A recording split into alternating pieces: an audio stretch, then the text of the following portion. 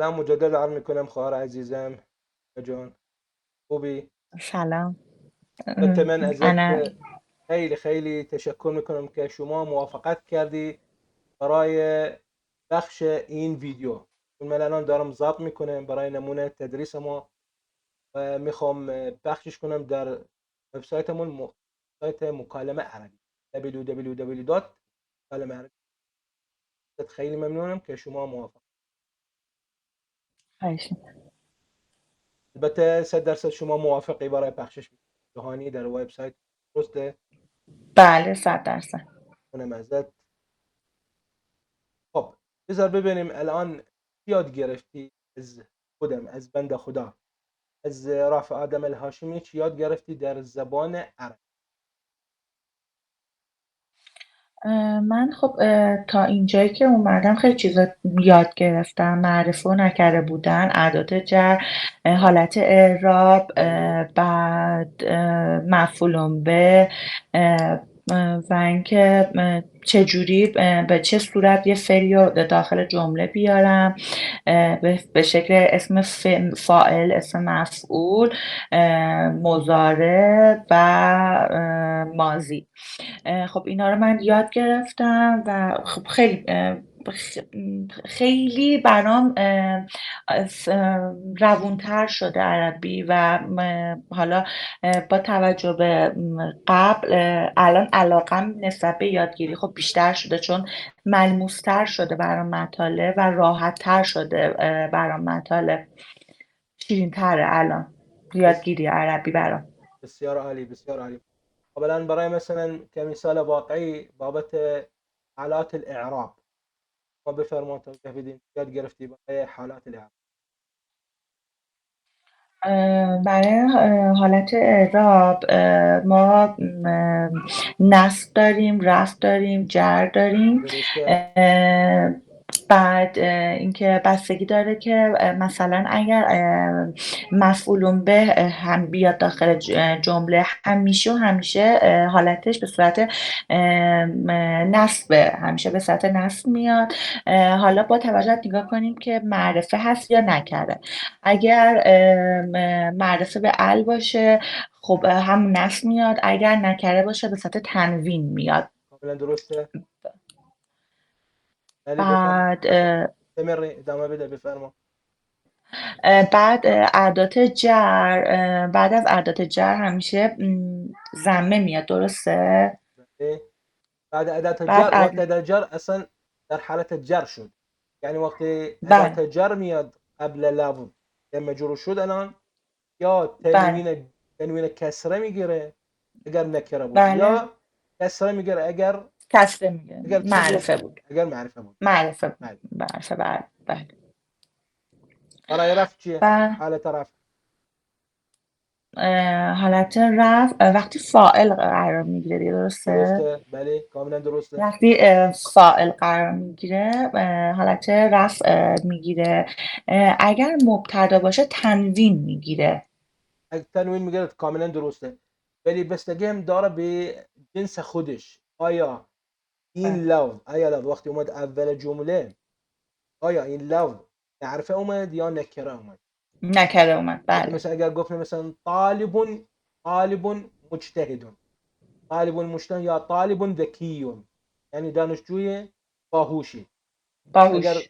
باهوش، اگر گفتیم مثلا طالب، الان طالبون بدون ال تعریف، نکره بله است، من ال تعریف الان نداره، ولی اگر نداره. ال تعریف گرفت شد الطالب، باید بگیم الطالب. طالب بابا ما اومدن، طالب ذكي. بل انا بله وقتی تمرکز میکنم بلفظ بعدی ذكيون، چون انا ذكيون اللي تعرف ندره يعني نكره است. لان ذكيون لفظ بعدی تنوین ضم گرفت، ولی لفظ قبلی ضم ما گرفت. بله. بستگی داره به جنس خودش، آیا معرفه بود یا نکره بود. نکره بود بله. کاملا درست. خب الان بابت ادوات جر یاد گرفتی؟ بعد از ادوات جر هر چی اسم میاد بله. میشه لفظ وقتی لفظ میاد بعد میشه مجرور. بله دقیقاً وقتی لفظ مجرور میاد بعد میشه. اداة جر، هر لفظ اومد بعد اداة لفظی اومد بعد اداة گر جر میشه مجرور میشه. مجرور.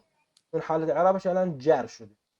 وقتی حالة مثلا اعراب اگه یک لفظ بله مثلا اگه یک لفظی هم داشته باشیم داخل جمله و بعدیش معرفه به ال باشه، درسته. ما با توجه به اون علامت، یعنی موصوف و صفت کاملا درسته. در نظر میگیریم، علامتش به صورت همون میگه، حالت اعرابش. بله کاملا درسته. چرا؟ چه قاعده داریم برای صفت و موصوف؟ چه قاعده داریم؟ یادت هست؟ تابع به همان دیگه. آفرین. صفت به موصوف تابعیت داره. بله همیشه تا ابد صفت به موصوف تابعیت داره. یعنی اگر الان بله. موصوف در حالت الرفع بود 100% الان صفت موصوف صفتم در اخذ. حالت رفع. کاملا درسته. اگر در حالت نصب بود صفت چی میشه الان؟ حالت نصب میگیره. در حالت نصب. اگر در حالت جر، بازم حالت جر میگیره. خب الان چی فرقی داره بین لفظ نکره و لفظ معرفه؟ چه فرقی داره؟ معرفه به ال یعنی محترمانه تر، یعنی یک چیزی که ما شناخته شده درسته. میخوایم بگیم به مخاطبمون، ولی نکره لفظیه که بی‌ادبانه نیستش ولی مؤدبانه هم نیستش، یه لفظیه که ما میخوایم بگیم و شناخته شده نیستش برای ما درسته. کاملا. دقیقاً. بله دقیقاً. بله. الان وقتی میاد لفظ معرفه یا میاد با ال تعریف یا میاد با ضمیر. چون هر ضمیر که بله داریم داخل جمله، چی اول جمله بود، چی وسط جمله، چی آخر جمله، همه ضمایر همشون معرفه. ترى بله نیستن، همشون معرفه. وقتی میاد یه لفظی یا با ضمیر میاد یا با ال تعریف میاد، يعني مثلا تلميذ. تلميذ. تلميذ يعني دانش بله آموز. معادلة تلميذ در زبان فارسی میشه دانش آموز. دانش آموز. دانش آموز میشه. اگر گفتم الان تلمیذون، الان تلمیذون نکره است. یعنی نکرست برای متکلم و مخاطب مشخص نیست کدوم الان. نیست. يعني الان کدوم تلمیذ، کدوم دانش آموز. اگر گفتم تلمیذ ذهب الى المدرسه، خب کدوم دانش آموز رفت به مدرسه؟ اگر گفتم الان یه دانش آموز رفت به مدرسه، خب کدوم دانش آموز؟ من برای متکلم و برای مخاطب شخص نیست. ولی وقتی میاد با نیستش. التعریف، اگر گفتم التلميذ ذهب الى المدرسه، الان مشخص شد برای متکلم و برای مخاطب. مخاطب. بله یا میاد با ضمیر. مثلا دارم میگم الان تلمیذی دانش آموز من رفت به مدرسه. تلميذي ذهب الى المدرسه. يقول مثلا پسرم رفت به مدرسه، ابني ذهب الى المدرسه، دخترم رفت به مدرسه، ابنتي ذهبت الى المدرسه. لان وقتی اومد این لفظ، چه پسر چه دختر چه غیره، هیچ فرقی نداره. يا لفظ بإضافية ضمير، لفظ بإضافية ضمير، يا قال له تعرف بإضافية لفظ، الآن شد معرفة، شخص شد. برای چی؟ برای بله متکلم و برای مخاطب. شد معرفة. مخاطب. شد معرفة. ولی وقت میاد بدون ال تعریف یا بدون ضمیر میاد، الآن شد نکره، یعنی مشخص نیست. ایه. بله خب دیگه چی داری بابت زبان عربی؟ چی یاد گرفتی غیر اونها؟ م، نمیدونم چون مطالعه نکردم الان تو ذهنم هستش، ولی چون میدونم مطالعه تو ذهنت نداشتم هست. این بله. مدت دقیقا نمیتونم کامل توضیح بدم، ولی تمام چیزی که گفتین بیشترش تو ذهنم هستش. بسیار عالی. خیلی خوب. خب الان میتونید مثلا چند جمله برایمون بسازید، مثلا در حالت رفع، در حالت نصب، در حالت جر به عربی. عربی. ام، ام، اليوم خب ذهب ذهب درسته. إلى المدرسة. کاملا درسته. إلى المدرسة. علیون ذهب الى المدرسه. خب الان به بینندگان عزیزمون بهشون بگید الان معادل این جمله به زبان فارسی چی شد؟ چی میشه الان؟ علی رفت به مدرسه. این درسته؟ بسیار عالی.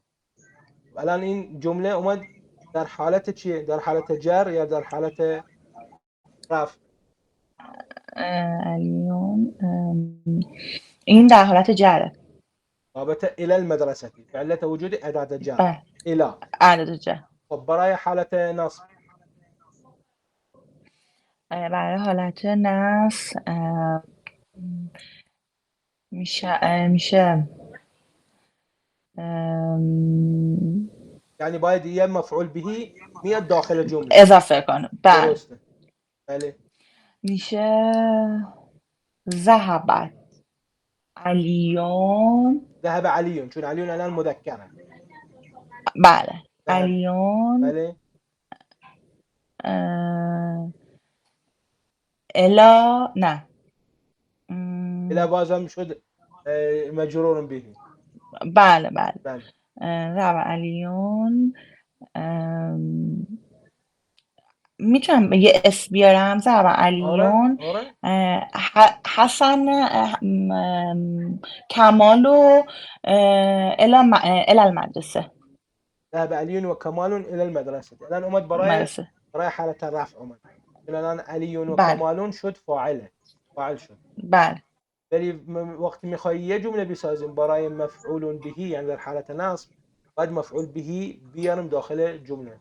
مثلا دارم میگم مثلا علی قرأ الكتابه. علی قرأ الكتابه. لأن الكتابه چی شد؟ مفعول به. مفعول به. مفعول به. چرا مفعول به شد؟ بله علت چیه؟ قرار کتاب، چون یه کاری داره شروعش انجام میشه، یعنی درسته. خوندن کتاب یعنی آفرین. کاریه که داره انجام میشه. وبعلة وجود فعل وفاعل برايمون مشخص که فورا الان ماشاءالله. لفظه بعدی الان 100% مفعول بده. به شد. چون هر فعلی وقتی بله. میاد داخل جمله 100% فاعل هم داره. ولی بعدش. ولی بله. ممکنه ظاهر مفعول. میشه. آفرین. ممکنه میشه ظاهر داخل جمله یا بشکل غایب یا مستتر، ما بهش میگیم مستتر، ظاهر نمیشه.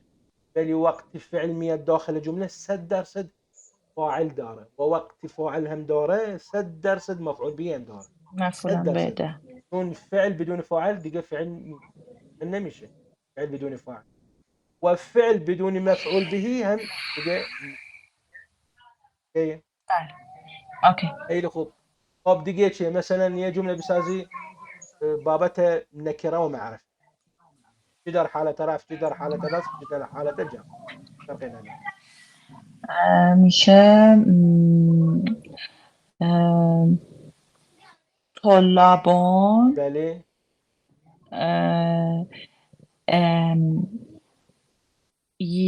یقرأ العربیه. طلاب يقرؤون العربية. درسته. بیه. الان طلاب نکره یا معرفه؟ طلابون نکره. کاملا درسته. برای معرفه چی میشه الان؟ میشه الطلاب قرأ عربیه. قرأوا العربية. درسته. الان قرأ الطلاب عربیه. بله. قرأوا العربية. خب الان الطلاب قرأوا العربية معادلش به فارسی چی میشه؟ دانشجو عربی خواند. درسته. دانشجویان. جویان. دانشجویان. چون الان جمع شده. طلاب و جمع. جمع. بله کاملا بله. درست. بسیار عالی. بسیار عالی. کارت خیلی عالیه. بسیار عالی. ممنون. من بهت خیلی خیلی افتخار میکنم خواهر عزیزم. و ازت خیلی تشکر متشکرم. میکنم. بازم ازت تشکر میکنم که شما موافقت کردی برای ضبط این ویدیو و برای بخشش در وبسایتمون .com. خیلی ممنون ازت. خواهش میکنم.